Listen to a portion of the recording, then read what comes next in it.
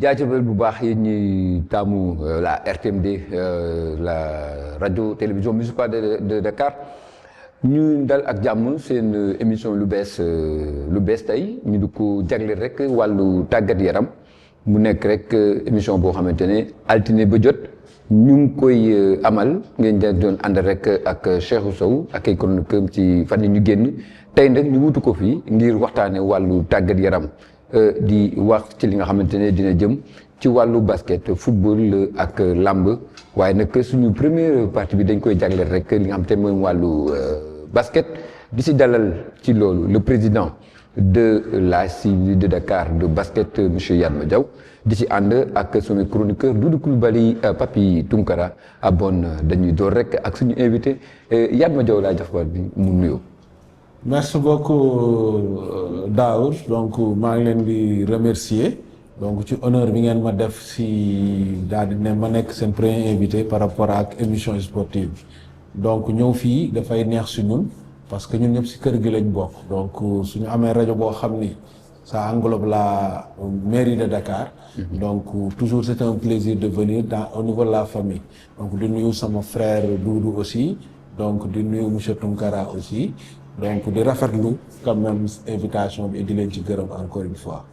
Papi Tunkara mu ngi nuyoo. jërëjëf Daoud ñu ngi lay nuyu di la gërëm di la sant di rafetlu plateau bi di rafetlu également surtout invité bi ak li muy représenté pour la ville de Dakar yëpp di nuyu également suñu chroniqueur Doudou Coulibaly di ñaan yàlla rek lépp lu ñu fiy wax rek mu doon njëriñ pour askan bi. di leen fàttali donc man ngeen ñu am rek ci suñu plateforme digitale yi nga xam te mu nekk rek ci RTMD YouTube Facebook ak lépp loo xamante ne nekk na rek ci wàllu digital di dalal aussi Doudou Coulibaly Doudou.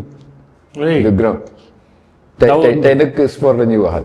waaw sport la ñuy wax tey xam nga man damaa bëri ay casquette ni ma mënee ci politique mënee ko ci société noonu laa mënee ci sport. ndax du ma sportif de salon sportif de terrain la ndax ku xam nawetaan zone 4A xam ODCAV xam nga Doudou Coulibaly ci wàllu football ma xamal Papi lu mu xamul woon que ni man mos naa nekk 4e vice-président AS Pikine chargé de la communication boobu année boobu Malick Ndom moo doon président ne ñu ngi doon jouer Ligue 2 te Tassirou Diallo moo doon coach équipe bi. kon xam nga man meluma comme Papi yi nga xam ne mosul am benn responsabilité sur le plan du football mosul coacher équipe ba pare bugg di wax ci football. mais nag ki ñu dalal moom war nañ ko dal. effectivement ndax Yatma Diaw mun naa wax lu bari ci moom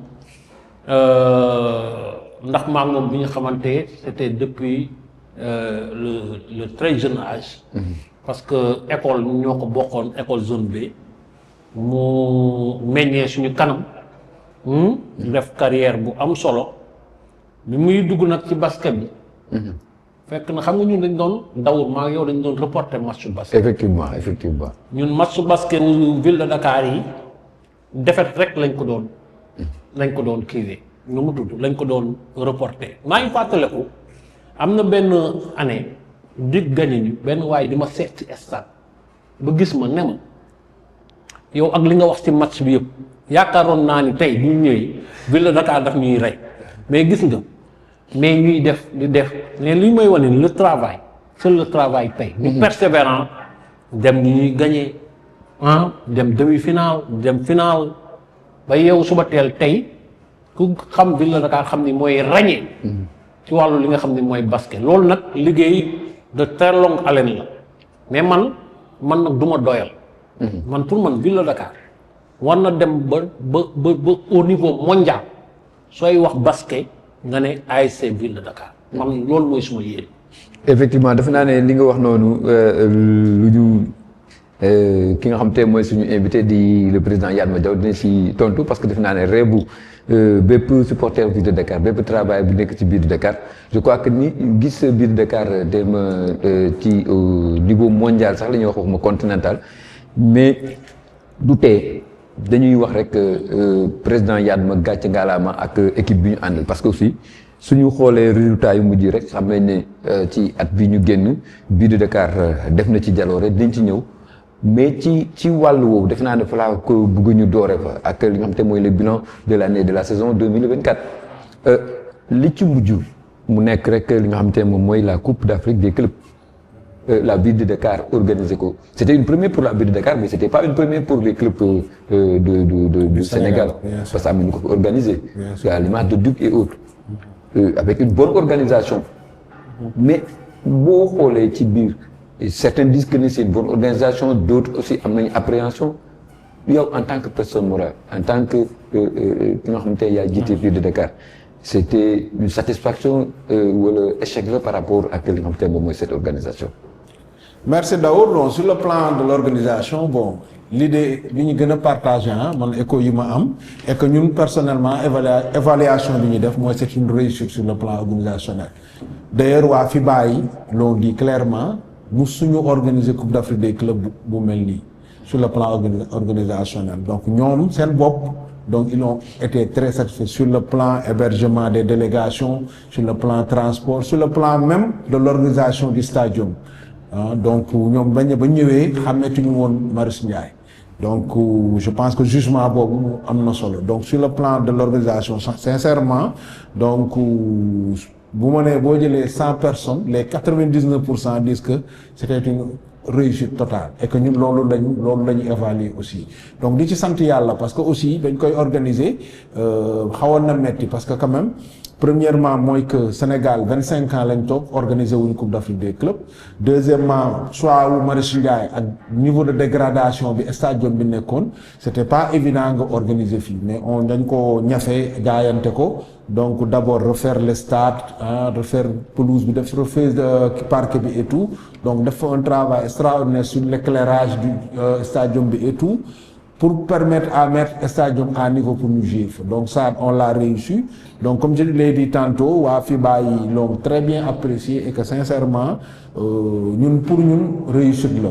Donc côté participation, foofu la ñu am toute déception parce que gëmoon nañu am nañ groupe boo xam ne mënoon a yegg finale donc boo ku seetaanu suñu demi-finale bi xam ni que y avait la place pour aller en finale mais malheureusement sur des faits de match sur des faits de jeu sur des décisions arbitrales bon on a perdu le match donc mais loolu sport ñoo ànd donc ça nous a permis d'apprendre beaucoup aussi parce que mooy suñu deuxième participation pour la Coupe d'Afrique des clubs parce que njëkkoon nañ participer en 2022 au Mozambique à Maputo donc boobu on s'était classé cinquième bii ñu ñëw organiser ko yem demi-finale on s'est classé quatrième donc ce qui veut dire que au moins am na un bon donc pour club boo xam ne 2 participations nga am donc yaakaar nañ ni bu ñu demee 3e participation donc objectif bi ñu am ba ñu posé dinañ ko atteindre donc peut-être ma continuer ci sa question bi par rapport à la saison. donc ba tey avant ñu dugg ci la saison. Généralement les équipes bu ñu organiser. C'est pour dire li nga xam te mooy coupe organisé à Dakar am effectif bi nga xamante ne am nañ ko woon classé 4e mais je crois que ne c'était pas le résultat bi ñu doon xaar. mais l'objectif moom laay wax l'objectif c'était pour remporter ñu nëbbuñu ko woon on s'est dit que dañu organiser pour augmenter nos chances de gagner c'est ça qu'on avait moo tax ñu organiser ko bon comme je vous ai dit aussi bon équipe yi fa nekkoon aussi c'est des grandes équipes ñoo fa nekkoon donc boo seetloo demi-finale bi 1 point lañ ñu gagné te bi ñuy démarrer 4e quart-temps bi on avait 11 points d'avance sur l'équipe de Al Ahly nga xam ne moo doon favori tournoi bi bon maintenant comme je vous ai dit bon sport des fois dafa gaaw surtout basketball donc sur des faits de jeu tu peux perdre un match donc man loolu laa gëm ni moom la ñu kii parce que y a sur des décisions yoo xam ni si les gens avaient regardé la VAR peut-être ils nous ont donné dinañoon jox opportunité ñun ñuy garder possession yi donc voilà c'est moom laay wax c'est les faits de jeu là mais man dama gëmoon mais en dehors des faits de jeu président est-ce que mën ñu xoolaat ci li nga xam te moo andi ci wàllu effectif parce que je vois que ni par exemple ci li nga xamante ne moom mooy groupe bi ñu présenté tey à Ville de Dakar gañ nañ championnat xam ne dañu war a participer ci Coupe d'Afrique des clubs ñu am ay joueuses yoo xamante ne vraiment c'était au sommet parce que je veux citer ku mel ni comme Madjiguène ku mel ni comme la Malienne Kambi mais ngay dem ci compétition bu mel noonu bàyyi ñooñu est-ce que c'était la bonne décision. non bàyyiwuñu leen si suñu coobare. vous savez xam nga yéen sport moyen la comme moom laay expliqué xam nga les gens suivent au Sénégal malheureusement les gens disent que ville de Dakar dafa bëri moyen mais ville de Dakar comparé à l'APR comparé à Al Ahli mais ñun on est des petits parce que peut-être du ma nekk fi di doo dévoiler contrat wu nit. mais ma jigéen liñ ko proposé Al Ahli ça fait presque 10 fois li mu doon fayeeku fii. la malienne pareillement donc joueur bi professionnel la donc de ce fait que moom. voilà aussi ñun mënuñu leen xañ que ni ñu am opportunité gagner de l'argent par rapport ak seen liggéey donc mënuñu ci dara parce que ñooñu li ñu leen proposé ñun mënuñu leen ko woon proposé donc de ce fait que ñu dem jouer ji foofu moom laa lay wax rek c'est-à-dire que Coupe d'Afrique des clubs bi niveau bu mag la ba nga xam ne te yenn équipe yi les moyens yi ñuy def ñun Sénégal defuñu quart bi. donc nit ñi ngi yéem ville de Dakar mais si tu prends sur le plan africain ay Ferrovio bi jël tournoi bi APR ay REC ay Al Ahli Sporting c'est des clubs yoo xam ni mais c'est beaucoup d'argent qu'ils mettent dans leur club donc comparé à ces clubs là donc am na yenn joueurs doo ko mun xëccoog ñoom donc loolu moo indi ñu am 2 départs yooyu donc ça nous a pénalisé évidemment on a essayé de combler mais bon malheureusement même ak loolu boo seetaanee match bi ñu def ak Al Ahli sincèrement c'est un match boo xam ne ville de Dakar ko waroon gagner mais comme je vous l'ai dit bon sport la bon on l'a perdu sur 1 point et que voilà et que même fait yooyu ma la doon bu ci am loolu ma dama gëmoon ni match boobu nañ ko waroon gagner. avec un peu des fois un coaching boo xamante ne c'était un peu tâtonnant par rapport ak ñu gisoon ci fin de match yi surtout. bon xam nga nag il faut xanaa nag mënoo am le meilleur coach du Sénégal nañu wax dëgg Moustapha Gueye tamit bon ku ko xam ni aujourd'hui sur le plan national c'est le meilleur donc coaching la il a pris ses décisions mais décision bu mu jël rek da ko teg sur le plan sportif donc moom peut-être bu toogoon dina mu sur le plan sportif tel choix laay def mais ñun man gisuma loolu man li ma gis sincèrement mooy que ni bon y a eu des décisions qui ont été prises yoo xam ne yooyu bu ñu ko jëlul woon ci match bi donc ñun gëm naa ne dinañ mënoon gagner demi-finale boobu. léegi dañu ville de Dakar dafa jël réfection wu stade. stade bi ñëpp gis nañ ni mu yànjee. ñëpp gis nañ ni fu mu ne nii kon mu ngi ci norme internationale. waaye ñu ngi jëm ci benn saison. est-ce que am ngeen garantie pour préserver l'outil? waaw loolu moom je pense que fédération la ak direction stade bi. ñun par rapport à loolu la ñuy wax héritage boo xam ni ville de Dakar indi na ko par rapport à l'organisation de cette compétition mais la gestion du stadium ne dépend pas de l'AS Ville de Dakar. c'est le directeur de l'stade qui gère le stade donc en relation avec la fédération sénégalaise de basket même fédération amul mais ci stade bi. donc c'est la direction du stade ñoom ñoo koy gérer mais je pense qu'ils sont très conscients parce que quand même xam nañ investissement bi ne foofu et que ils sont très conscients que ni dañ ko war a préserver et man gëm naa ni les discussions yi ma am ak ñoom ils feront tout pour maintenir l'entretien du stadium quand même. voilà donc xanaa mën nañ jàll si yeneen. non si papi. par rapport en fait man damay juste rek rebondir sur un fait d'abord féliciter ko moom pour le travail vraiment très soutenu et très régulier bi muy abattre parce qu'on a vu d'où ils viennent fan la jógee ba fi mu yegg si c'est vrai tout à l'heure sànq mi ngi souligner étape Maputo bi on avait suivi c'était pas mal quand même mais buñ ko comparé ak léegi on sait que en quelques années l'ASC Ville de Dakar est devenue à peu près l'équipe à battre en Afrique.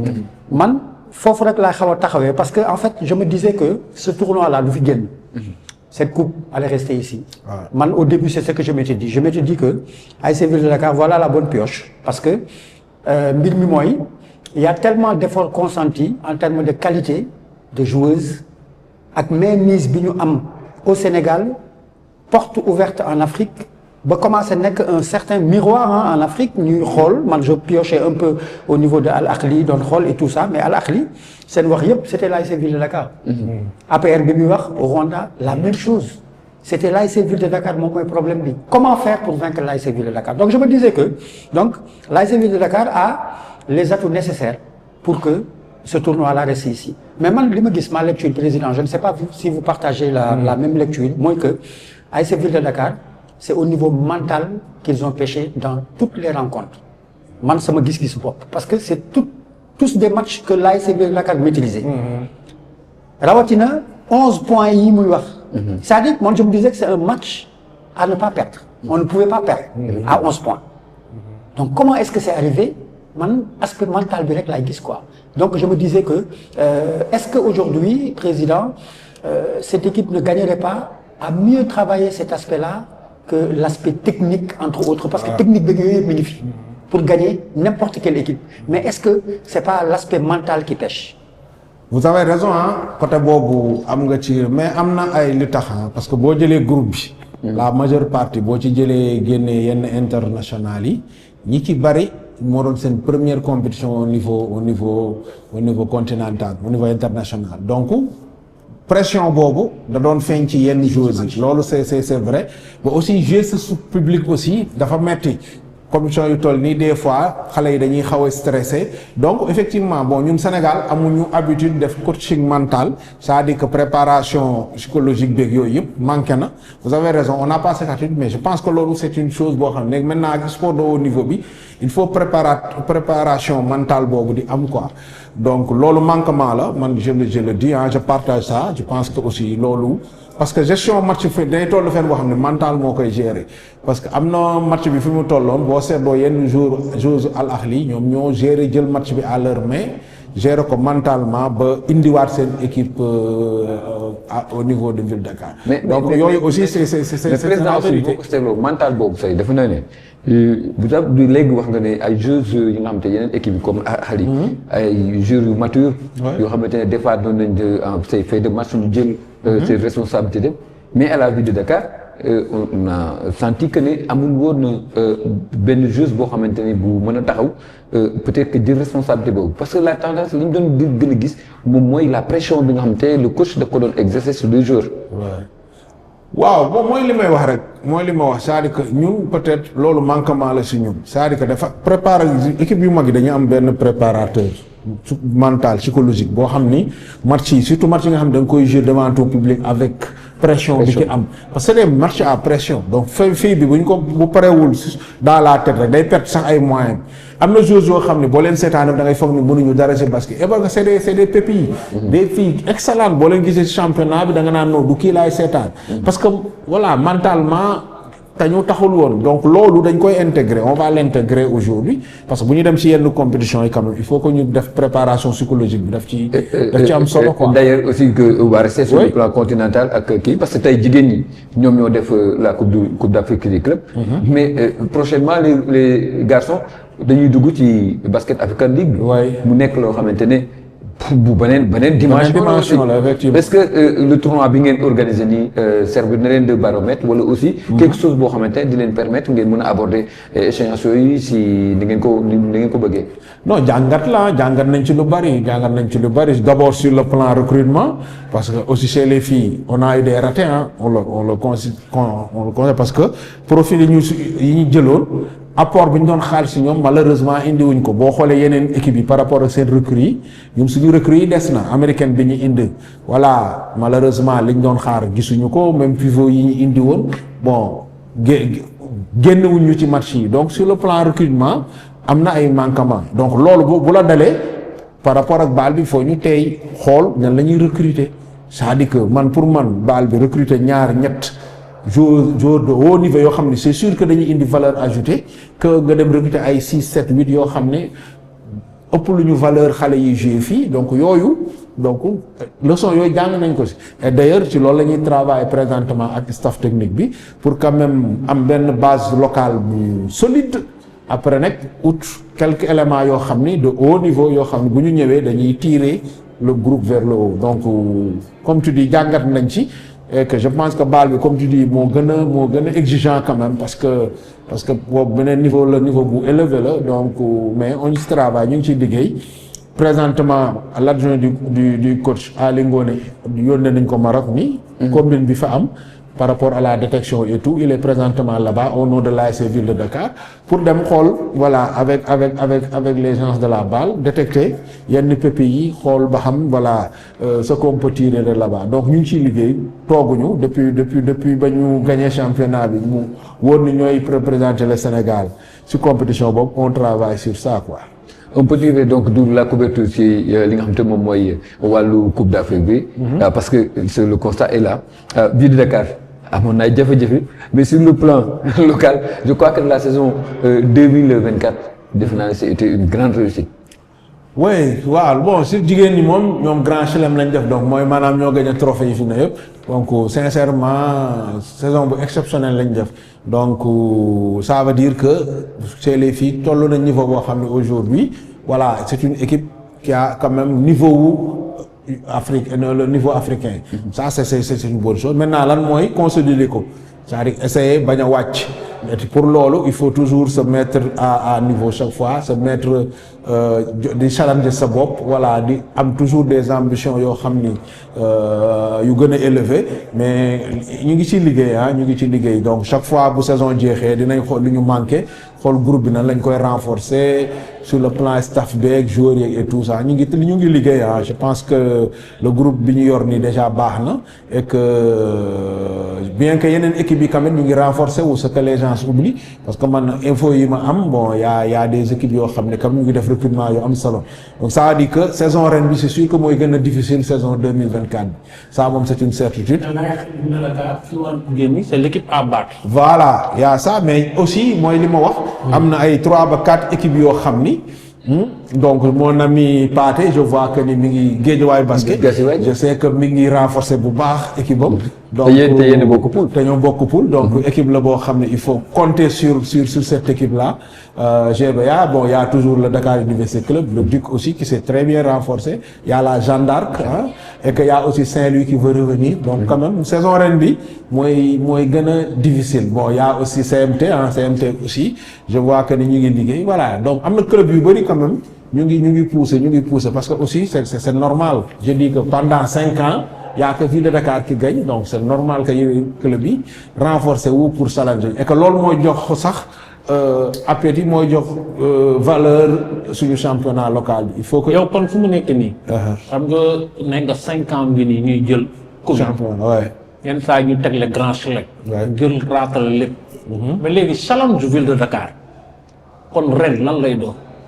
challenge bi mooy gagner championnat bi dellu Coupe d'Afrique des clubs. Moi je pense que aujourd'hui 2 ans dem nañ 2022 organise 2024 édition bi di ñëwaat il faut que ñu gagner championnat pour mun a dellu parce que suñu challenge mooy au moins remporter la Coupe d'Afrique des clubs champions je pense que aujourd'hui looloo ñu manqué loolu la ñu gagné gul donc on va travailler pour am une équipe bu mun a dem jëli loolu. mais du tee aussi nga amoon def le grand chelem 5 trophées remportés gagner la coupe le championnat pour dem Coupe d'Afrique. bàyyi perte yi ci des defe naa ne loolu tamit dina doy waar.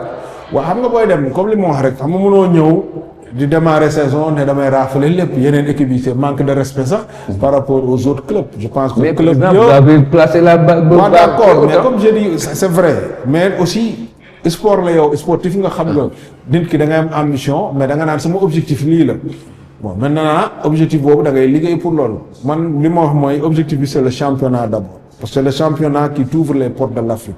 Donc il faut que d'abord ñu concentré wu ci championnat bi donc teg les moyens pour championnat bon leneen lu ci tegu ñu xam ni tegu na ci bon mais bon s'il y a le grand chelem tant mieux s'il y en a pas mais au moins qu'on essaye de privilégier d'abord le championnat moo pour solo quoi.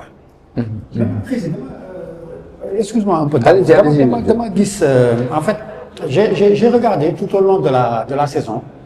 En fait domination bu écrasante bi ASC Ville de Dakar am au niveau local bi ma xoolee championnat d'Afrique bi j'ai vu un tout petit peu l'équipe sànq wax nañ ko heureusement que yow partagé nga avis boobu sur le niveau mental avec lequel l'équipe a abordé cette compétition-là on voyait balbutiement yooyu tout au début jusqu'à la fin c'est-à-dire que dans chaque rencontre l'ASC Ville de Dakar se manifestait un peu par ces hésitations-là, ok, les tirs primés qui ne réussissent plus, alors que tout au long de la saison, boo doon seetaan championnat bi coupe du maire, yëpp cette maîtrise-là moo fa nekkoon. Si. Et on avait les mêmes éléments, quoi. Si. Mais bon, on est d'accord aussi que avoir une reine, Boudem, mais ça pèse. Ouais. Madjiguène, on n'a pas trop compris. Mais bon, même si le challenge également financier, wax nga ko et tout ça, mais est-ce que tey équipe bi, avec les départs yi nga xam ne constaté nañ ko, c'est vrai que cette saison-là sera beaucoup plus difficile que les autres saisons. Et certainement vous êtes armés en conséquence. Mais challenge africain boobu ngay wax noonu, est-ce que tey en le visant coûte que coûte, est-ce que ça va pas nous coûter cette saison locale? Non du tout, parce que pour nga dem foofu nga réussir le championnat local bi. Oui. Parce que ce sont les clubs champions. Ça, il faut être champion chez soi pour pouvoir participer. Mais coûte que coûte en fait fi ma bëgg non en fait comme forcer la dose quoi. On force pas. C'est comme je dis, xam nga booy liggéey da ngay am objectif. dañuy liggéey, on se dit que sur le plan local, sincèrement à Ville de Dakar année yii nii on n'a plus rien à prouver. Donc maintenant ce qui a lieu c'est d'aller chercher sur le plan africain. Mais pour nga dem sur le plan africain, il faut maintenir cette performance locale d'abord. Donc ça veut dire que on va se concentrer sur le championnat, c'est clair. Maintenant bu championnat bu ñu amee un résultat positif, on se projette maintenant sur la Coupe d'Afrique des clubs. Donc là, mais in fine mooy lii mooy objectif, mais pour nga yegg fa il faut faire un bon championnat. Donc li nga wax ak li mu wax dafa ànd. li nga wax noonu aussi moom laa lay wax ni il faut que ñun en tant que ay manager sport, ñu maintenant di penser à des gens qui peuvent faire la préparation psychologique de nos joueuses. Surtout jigéen ñi nos filles sont trop émotionnelles. bu ñuy jouer devant leur public quand ils voient nit yu bëri gis seen parents yi gis kii donc ñu ci bëri nañuy janaxoo. Donc loolu dafa important, mais je pense que loolu manqué nañu woon aussi ci compétition bi. pour ren de grandes recrues. Bon, recrues, il y en aura, hein? Il y en aura 2 à 3, mais déjà c'est le groupe qui était là qui va continuer. Bon, maintenant, nous allons négocier présentement pour renforcer le groupe. Je pense que d'ici la semaine prochaine, là, Inch'Allah. Mais président, est-ce que le tard, parce que on voit que mais le championnat va démarrer le samedi dimanche. Dimanche mais bon, d'ici fin mars, les clubs peuvent recruter. Parce que mutation est fin mars lay dire. Mais comme je dis que aussi xam nga booy recruter ay joueurs yu mag yoo xam ne Europe lañ nekk am ay contrat ñenn ñi seen contrat di jeex. négociation yi du gaawee noonu.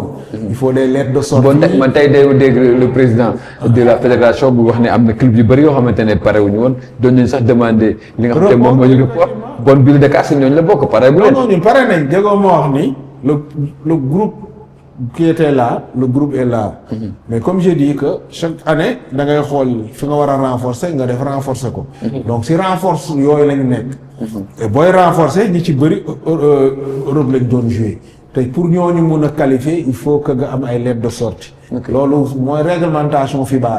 Donc ñooñu pour nga am lettre de sortie il faut ñu xool ndax amuñu contrat ak seen club, est-ce que amuñu clause yoo xam ne war nga ko régler par rapport ak seen club pour ñu mun a qualifier. Donc ce sont des problèmes administratifs yoo xam ne foog ñu régler ko, mais comme je dis ça va prendre maximum 2 semaines c'est sûr. Donc d'ici la semaine prochaine Inch'Allah je pense que par rapport ak renfort yooyu dinañ ci mën a am certitude que dinañ jouer fii quoi. mais li certitude daal mooy que on aura une équipe boo xamante ne dina mën a yóbbu Ville de Dakar pour mu jëlaat. waaw Inch'Allah parce que quand même je pense que équipe bi ñu yor nii mun na ñafe ñeneen ñi bien que ñeneen ñi renforcer nañ aussi mais je pense que am nañ équipe bu mun a compétir. parce que Doudou loo gis Duc jël na ay Maliens yoo xamante ñu bëri ñu renforcer ci biir. jël na yeneen nationalités yoo xamante ñu ngi nekk ci biir ak li ñu amoon. si je crois que ne yéen aussi tam si rang bi yéen a ngi seen doole ngeen yor daal da ngeen di jég équipe yeneen itam di leen wàññi parce que je vois que ne même l'entraîneur du Duc tey jii nii mu ngi si. ci yéen seen doole rek ngeen yore quoi. déedéet du loolu lan la non c'est pas ça moom. dem jël seen suprématie parce que Duc nag xam nga ñoom ñoo fi tegoon tànk. effectivement ngeen nangu ko. toog ba si yaa commencé nangu seen ay entraîneur léegi nag tey ngeen dem nangu seen entraîneur. non nangu seen entraîneur. du ngeen créer cette dualité là avec le. mais loolu mooy charme sport sport bu amul derby yooyu am kii du neex. moi je pense que dig fu mu ne nii voilà c'est normal bon mais Malick le coach ba ñu koy jël coach Malick. daaw ISPA la entraîné wul dig parce que moom mais fàtte ni daaw jéeg dafa jóge dikk. effectivement waa dig dañ ko fa jëlee indi beneen entraîneur. donc daaw ISPA la nekk donc ñun ni ñu koy recruter wuñ ko dig. ISPA lañ ko recruter. donc jëluñu seen entraîneur. et puis voilà ren aussi je pense que jëluñu seen benn joueur sax. si je me trompe pas. donc ñoom. jël pour le moment président. bon kenn je pense jël nañu non c'est ça aussi c'est ça bon maintenant ñoom it aussi j'ai vu que ñu ngi jël joueurs yu baax moi j'ai vu ay ku mel ne Ndeye Khady Dieng nga xam jeune équipe nationale et tout am expérience joueurs yu mag donc voilà loolu mooy neexal championnat bi ak stabilité bi ville de Dakar am ak day palmarès yi ñu commencé am est-ce que am na ay jigéen yoo xam ne yu mun parce que seen club yoo xam ne ñoom ñooy jël ak yéen contact ne leen ñun ñoo bëgg a ñëw. bon xam nga recrutement yow sportif nga ñu gérer nga club. xam nga équipe bu ñëwee da nga naan man soxla naa ailier soxla naa meneur soxla naa pivot soxla naa recrutement bi dañ ko définir rek parce que joueur bii non da ngay recruter en fonction poste yi nga soxla tu cherches les meilleurs à ce poste. donc ñun chaque année bu ñu paree le championnat le staff technique bi dañuy toog waxtaan par exemple coach Tafa Gueye ne ma soxla nañ meneur ci góor ñi wala ci jigéen ñi soxla nañ beneen ailier soxla nañ beneen pivot ainsi de suite ñun ñu discuter maintenant bu ñu waxaane ba ne par exemple pivot lañ soxla on va rechercher sur le championnat local ban mooy meilleur pivot bu ñu ko mënee am ñu jël ko bu ñu ko mënul am on va sur le plan international on va chercher une malienne une autre nationalité mais au moins une joueuse boo xam ne day emporter plus donc c'est comme ça que ça se passe nekkuñu fii rek joueur bu kii rek nga xëcc ci non parce que comme j'ai dit mënuñu jël joueur yëpp yu baax yëpp ci championnat nit ku ne da nga réew yow ñun dañuy jël li ñu soxla beneen club jël li mu soxla bu ko defee ku ci nekk après ñu mën confrontation mais on n'est pas dans cette logique que club bi dafa am joueur bu baax ni rek dañu koy jël pour affaiblir ko non l'objectif c'est pas ça. il faut que nit ñi comprendre que Ville de Dakar nekku fi pour affaiblir les clubs Ville de Dakar dafa am politique de recrutement stratégie non. waaw mais nous on le fait pas man je dis que sincèrement joueur bu ma soxlawul du ma ko recruter. du ma ko recruter parce que sama fii yi ngay wax ni présentement le groupe on est 11 pour le moment. donc peut-être ñaari recrues yooyu ma lay wax bu ñu ñëwee on sera 13. donc ce que dire que ni on a pris juste ce dont on a besoin. le reste mooy les juniors qu'on va prendre ñu ñëw ànd ak senior bi voilà pour compléter les entraînements des fois si tu as des absents ou autres ñoom ñu mën a bokk ci groupe bi donc on est sur ça donc il faut que les gens comprennent que Ville de Dakar ñu neewuñu fi pour affaiblir les clubs mais nag on a nos stratégies comment dirais-je sportives qui consiste à chaque fois qu'on a un besoin d'aller chercher le meilleur à sa poste pour am ko. léegi par rapport aux recrues am ngeen ci ay données yu baax mais aussi toujours en termes de moyens pour atteindre ces objectifs année bi dafa coïncider ak beneen contexte. mooy les JOJ yi nga xamante ne ça mu ngi ñëw ci at yi ñëw. piscine olympique ne mënatu leen fa entraîner. si cadre boobu. la ville de Dakar nan lay def pour mën a am foo xamante ni mun na ko jëriñ comme ni nga xamante moom la piscine olympique nekkoon ci moom. heureusement ñun jël nañ suñuy devant parce que ba ñëwee xam ni que piscine bi dañ ko war a réfectionner donc dañoo jël initiative rencontrer les autorités du lycée Blaise Diagne en premier chef proviseur bi ñu koy remercier de passage waxtaan ak moom. ñu ne ko ñun piscine lañ nekkoon di entraîner mais bon maintenant piscine lañ ko réfectionner on voudrait indi suñu quartier général ici au niveau Blaise Diagne parce que amoon nañ ñaari terrain yu nekk foofu qui était un peu délabré on lui propose maintenant de réfectionner les terrains maintenant ñoom ñu jox ñu après les classes heures de classe donc à partir de 15 heures de 15 heures à 18 heures ou bien de 15 heures à 20 heures pour ñun ñu fay entraîner donc ñu signé protocole d'accord ci loolu donc on a pris les deux terrains on les a réfectionnés carrément on a mis de la lumière on a tout mis et que présentement fa la ñuy entraîner donc loolu donc moo tax amuñu problème ci wàllu boobu donc di leen remercier parce que quand même comme vous dites ba piscine bi tëjee quand même xawoon nañ jaaxle mais donc avec la compréhension du lycée donc on a pu régler ce problème et que présentement terrain yi ñaari terrain la defar nañ ko bu baax lycée bi da koy utiliser ñu nit dañ koy utiliser. pour dire Doudou que ne la ville de Dakar est balèze comme ni ko gars yi wax moom yàgg moom mënul xëccoo ak waa ak Axri mënul xëccoo ak APR mais fii Sénégal moom voilà soxla rek dafay am. non du tout non c'est pas ça moi je dis que loolu. réfectionné ñaari terrain. mais loolu. waaw mais loolu c'est normal sa am terrain bu baax. mais quand même mais attends président xam nga mais daaw dafa am loo xam ne yéen a réfectionné stade Marius Ndiaye. waaw c'est la ville. xam nga tamit aussi il faut que ñu comprendre rôle lu municipalité. ville de Dakar bu dul sax équipe bi mu am. rôle am la pour que dans les quartiers dans les trucs muy réfectionner di mettre parce que le sport est une compétence transférée. Effectivement. donc am na infrastructure yu bari ville bi comme municipalité da ko war a def. donc à fortiori nekk mu am club boo xam ni ce sont les agents de la ville yow muy man mu ñu ñëpp ci maire bi la ñuy liggéeyee. fi la ñuy fayoo ko liy dem suñu kër fi lay jugee donc.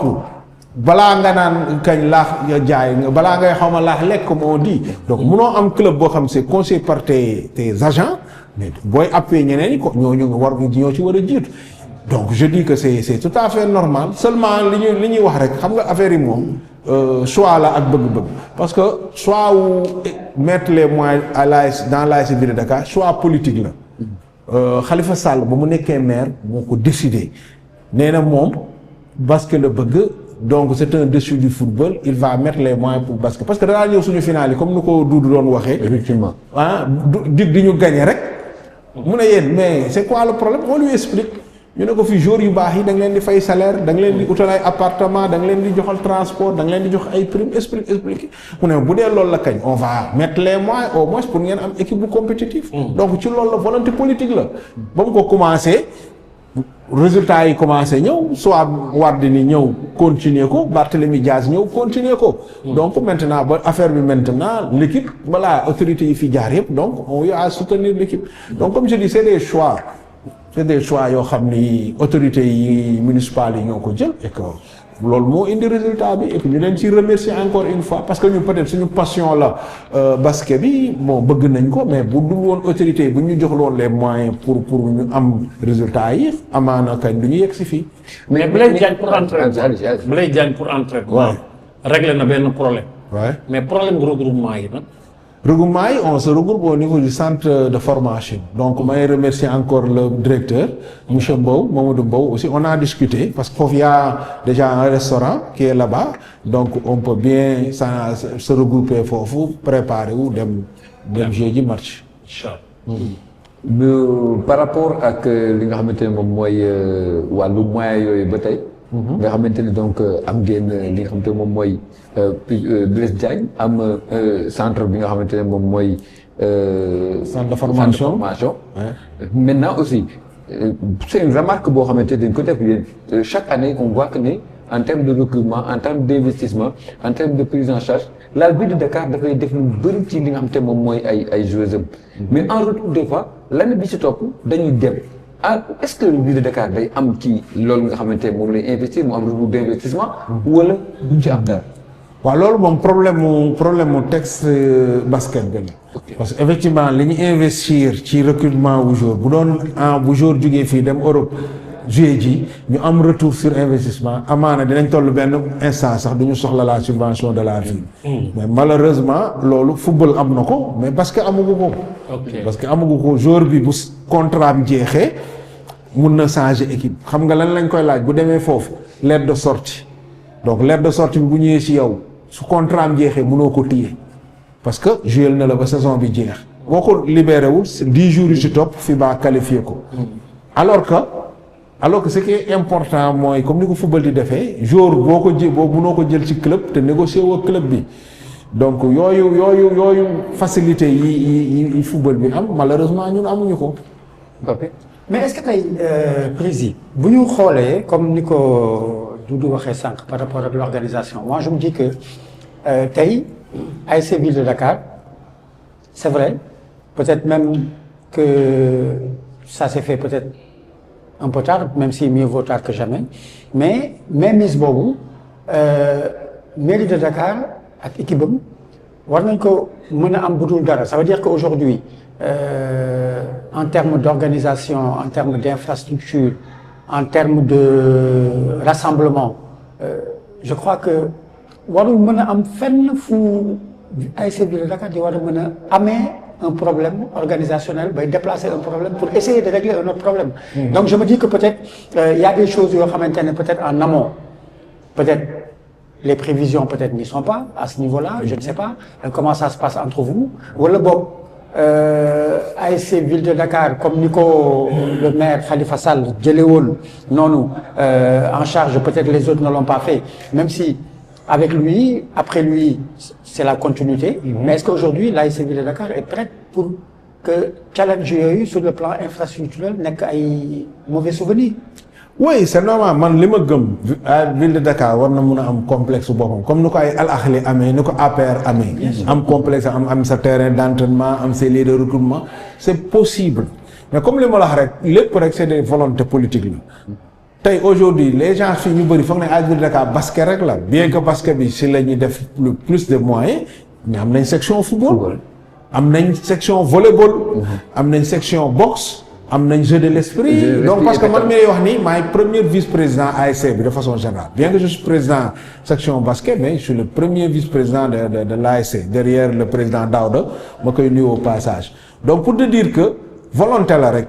Tey man je dis que si on a benn autorité boo xam ni peut-être vision boobu la am mun nañ jël Ville de Dakar bëri na parce que ñun li ñuy fay en termes de logement jour yi, mais si tu l'évalues mensuellement ça nous coûte presque 2 millions par mois en termes de location d'appartement yi ñu dëkkal suñu jour yi. Donc loolu dans l'année ça te fait quoi 24 millions. Donc tu vois un peu si on avait un terrain peut-être tabax ko dinañ fa mën a permettre ñun ñu am lieu de regroupement, am fu ñu loger suñu jour, am lépp. Mais loolu comme je dis ñun bu ñu ko réel ci ñun, c'est-à-dire que bu ñu tuutil suñu bopp ñeneen ñi am nañ ko, ñun mun nañ ko am. yeneen club yi nañ ko am boo demee li nga xool seen infrastructure yi mais da ngay yéem da nga naan lii xanaa équipe nationale la. Tellement ils ont tout. APR par exemple préparé ay Ferrovio c'est même chose la. Donc ñun bu ñu amoon bu fekkee am nañ autorité boo xam peut-être am na kii boobu vision boobu bon Ville de Dakar am na ay assiette foncière yoo xam ne moo ko moomal boppam. Donc simplement c'est de voilà. De construire et de mettre à disposition au club. Maintenant dinañu permettre ñun au-delà basket bi yeneen discipline yi aussi gën a mun a yegg fi basket bi yegg. Donc président, on peut dire que carrément sans peut-être se tromper que c'est une volonté politique, un manque peut-être de volonté politique. Non, du ma ne manque volonté. Xam nga tamit fii lépp ay urgence. Xam nga ceew boo ñëwee nekk autorité yaa ngi tali yi nga war a defal yaa ngi école yi nga war a defal tu vois un peu waaw yaa ngi l'éclairage public bi nga war a defal yaa ngi hôpitaux yi yaa ngi prise en charge ci médicale yi nga war a def. Donc wax dëgg yàlla urgence yooyu boo ko ñëwee di ko wax tabaxal ma benn complexe pour équipe bi bon c'est un peu tu vois donc du doon priorité bu njëkk.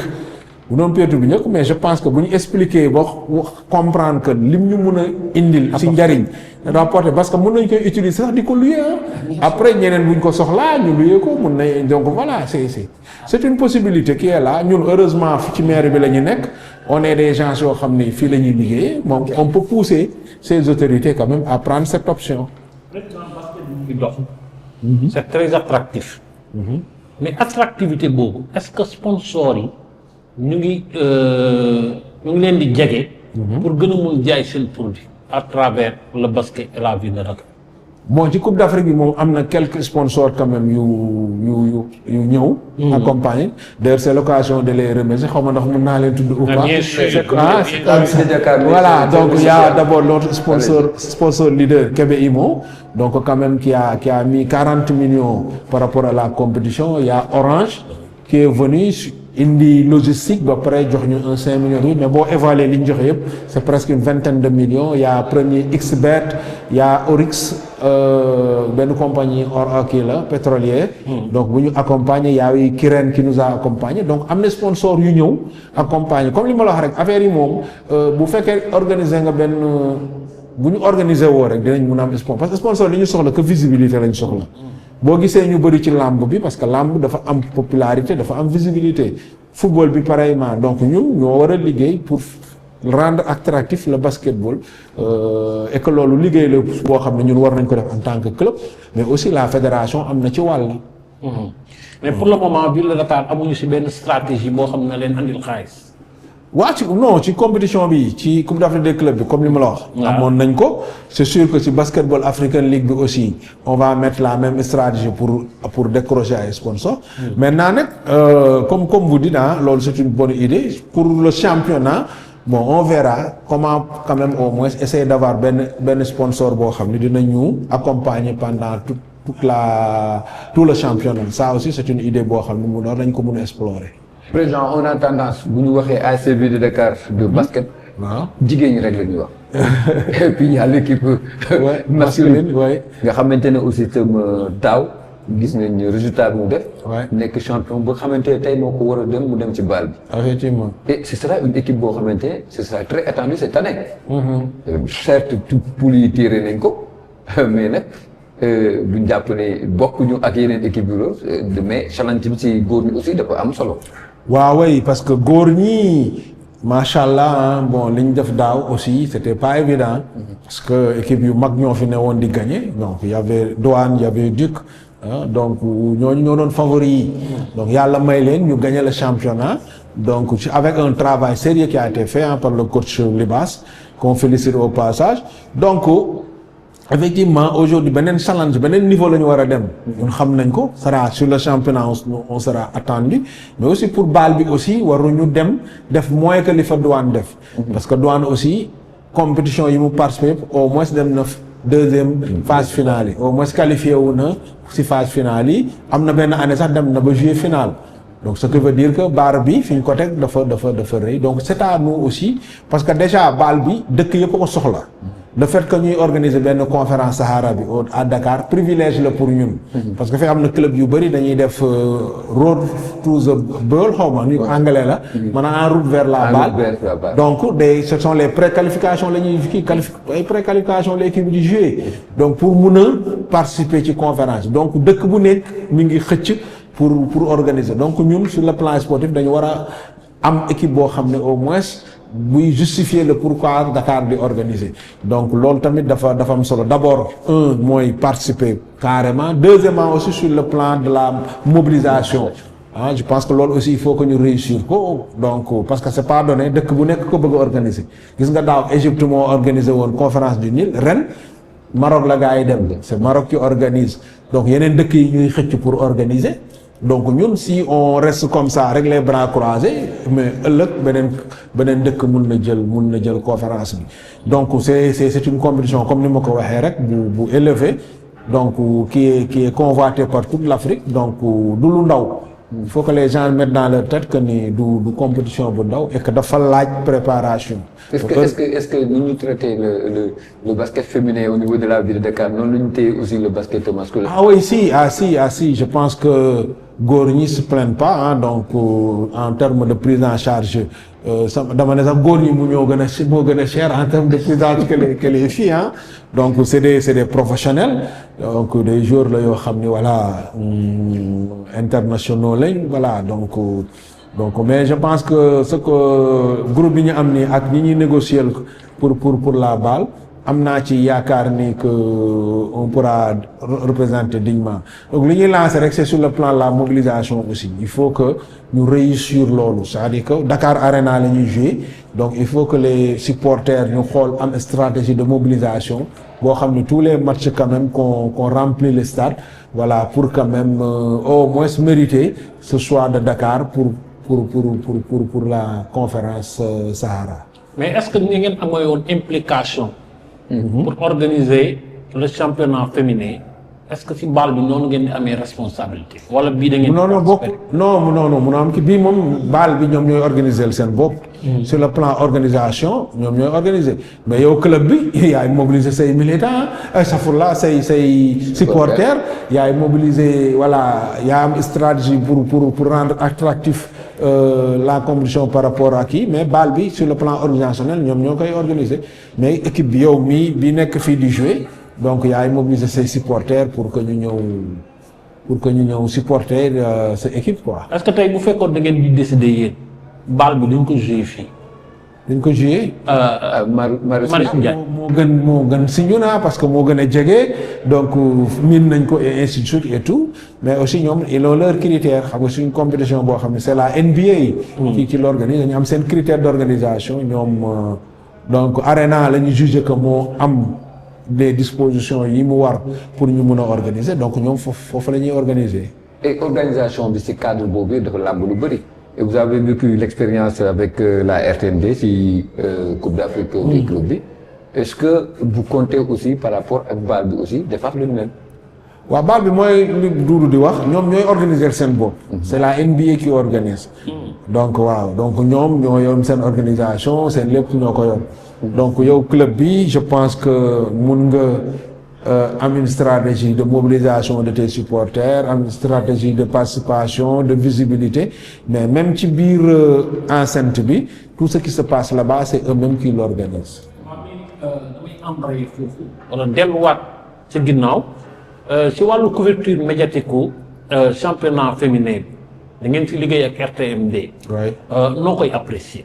mais di leen gërëm di leen remercier parce que quand même ñoom dañ ñoo sauver ci lu bari parce que quand même xam nga daf si dans les critères yi ñu waxoon pour ci organisation bi da nga war a am chaîne télévision sur YouTube boo xam ne day diffuser match yëpp yi compétition yëpp donc c'est grâce à RTMD que loolu lañ ko possible donc dañ koy dañ leen di remercier à la tête ma sœur Karine quand même boo xam ne moom chaque jour li ngoon stade bi sincèrement jàppale ñu bu baax ci loolu donc dañ leen di remercier mais comme on dit rek ñoo ko bokk parce que lépp ville de Dakar la donc lépp ci ville de Dakar la et que bu baaxee bu ñuy wax dañuy wax ville de Dakar bu ñu waxee ville de Dakar ñun ñëpp la ëmb donc je pense que satisfaction la boo xam ne dañ ko partage. bon basket moo la fenn mais laaj na aussi itam renforcement en matériel ci RTMD parce que on sait qu'avec plus de moyens on peut faire plus que le. Là c'est pas le président. Non, c'est pas le président. C'est pas le président. Là c'est le dara. mais bien sûr mais am ngeen avocat bu mat avocat je pense que Karim moom du toog semaine te waxul waaw caméra lii donc je pense que quand même mais dañ koy féliciter parce que c'était pas évident au départ parce que départ bi rajo rek la woon donc gis ngeen investissement yi ñu def fii yëpp pour am au moins une télévision sur télé YouTube donc macha allah mais comme on dit rek nañ dem molo nànk et que je pense que bu ñu ci fii ak sous peu incha allah li ngeen war a soxla yëpp ci moyen di ngeen ko am. donc bu loolu jeexee. nga gisee ville de Dakar. ci wàllu basket. waaw si góor ak si jigéen ñu remporter ay trophées. waaw mais mu am ay instances nationales ak instances internationales. mais est-ce que Yatma Diaw war naa toog rek kii nekk président basket ville de Dakar bàyyi loolu instance yooyu pour dem toog.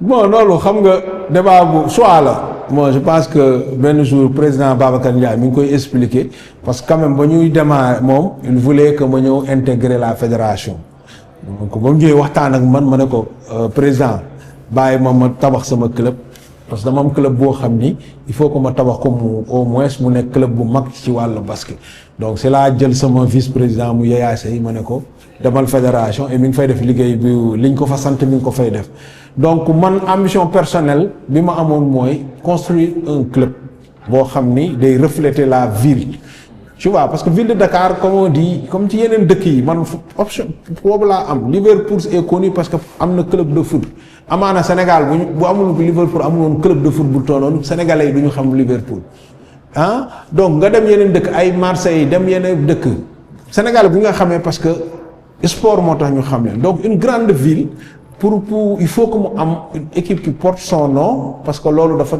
bokk ci marketing territorial c'est important tey aujourd'hui en Afrique même je te dis même après bu ñu organiser BAL bi sur le plan sax international les gens sooru ko ville de Dakar ñu bëri ñu xamoon ville de Dakar ne ville de Dakar basketball donc tu vois un peu donc loolu dafa man loolu laa vision boobu laa amoon c'est pas ay ñëw pour jël ay poste man sincèrement dépassé naa loolu et que awma ambition bon bien que du ma nit ku am ambition mais sama ambition du loolu maintenant moi dama gëm ni fédération su ma fa duggee c'est pour apporter pour le basketball sur le plan national yóbbu kii man pour loolu la. mais c'est pas pour dugg pour rek dugg bokk wala yor ay poste non président defar nga sa club. waaw defar nga club léegi defaral basket Sénégal. oui parce que mënoo wax basket Sénégal. te tudd ASC Ville de Dakar. waaw léegi ñu ngi itam. léegi ñun def nañ la suñu candidat pour les prochaines années nga préparer pour defaral ñu basket Sénégal. boobu dafa sori prochain bi nga xamante ne moom mooy kii bi. Yatma Diaw président de la CB pare na pour jël président fédération sénégalaise. non moi ça se passe pas comme ça comme je t'ai dit c'est pas Yatma Diaw qui est important man dama loolu laa gëm. mais Yatma tu as fait non maintenant comme li ma wax rek man sur le plan national su ma mënee indi un apport par rapport ak basketball bi si les gens estiment que mun naa ci indi apport dinaa mun a indi sama apport parce que comme je t'ai dit. Avant j'avais un club à construire yàlla may nañu construire nañ ko ba léegi équipe bi dëgër na non jeexagul nag bien que liggéey bi moom chaque année da ngay la gestion elle est quotidienne la gestion elle est quotidienne mais au moins dem nañ benn niveau boo xam ni peut-être que par catastrophe extraordinaire mooy que peut-être équipe bi dina kii voilà mais leneen li am solo mooy man Yatma Diaw awma ay ambition wu voilà jiite lii wala jiite lële donc comme tu dis on est là pour rendre service. bu ñu la ko yëkkatee jox la ko nag xanaa doo ko. pour rendre service. waaw basket bi bu ñu ñëwee ne la léegi yëkkati nañ basket. waaw mais président fi ne baax na Babacar mi ngi def liggéey bu baax wax dëgg fa yàlla. mais man président on le félicite il fait un bon boulot ah. man président par rapport ak li nga wax noonu. en fait ci loolu ñu daanele noonu ci ASC Ville de Dakar moi je me dis qu'en fait yow c'est vrai modestie à part on reconnaît un peu dans ton discours loolu nga xam ne très souvent da nga koy dégager ci wàllu woowu mais c'est vrai que l'objectif man si sama gis-gis bu gàtt c'est d'amener le championnat d'Afrique chez nous pour man loolu moo nekk sa xol ak sa xel ba pare ok mais c'est vrai challenge baa ngi fii opportunité yaa ngi fii également capacité yaa ngi fii et man je suis foncièrement d'ailleurs pour cette option parce que je me dis que localement amatoo dara looy prouver donc indil ñu Graal africain boobu après nga jël fédération non bàyyil jël fédération fédération li ma la wax nii président mi def liggéey bu baax waaw wax dëgg yàlla Babacar il se donne corps et âme par exemple pour basket bi donc maintenant sama appui par rapport à la fédération su ko nit ñi bëggee dinaa ko def loolu incha allah mu nekkaale ce dernier cadre parce que temps bi pour ñu dem ci journal bi jot na nga waxaale donc ce dernier mot après ñu jeexal. mais remercier tout le monde remercier les autorités yi maire bi quand même à la tête le maire Barthélémy Diaz parce que tamit aujourd'hui si on a pu avoir ces résultats c'est parce que il y a son appui personnel d'abord en tant que maire ñu jàppale bu rafet donc loolu moo indi lii à travers le maire tout le conseil municipal de Dakar aussi ñu ngi leen di remercier aussi les travailleurs de la ville de Dakar aussi parce que aujourd'hui gis naa ne ñu ngi approprié wu équipe bi donc ñenn ñi bu ñëwul sax stade ils suivent les matchs boo leen dajeek ñoom ñu lay interpeller et am ñoo xam ne sax dañuy cotiser parce que ce que les gens savent pas am na ay ñuy def ay check-off yoo xam ne chaque mois dañuy leen di dagg seen salaire pour verser ko équipe bi donc je pense que ñooñu amuñu seen fay donc ñu wax leen rek équipe bu agent municipaux yi de ville de Dakar yi la que du moomeel peut-être maa nekk ci bopp bi rek ci wàllu basket bi mais ñun ñëpp ñoo ko bokk et que liñ ciy def yëpp mooy ut ci ndamu ville de Dakar utuñu ci suñu ndamu personnel que quoi que ce soit mais ce qui nous intéresse mooy que ville de Dakar rayonne sur le plan africain et pourquoi pas sur le plan ñu gërëm lu baax président Yatma Diaw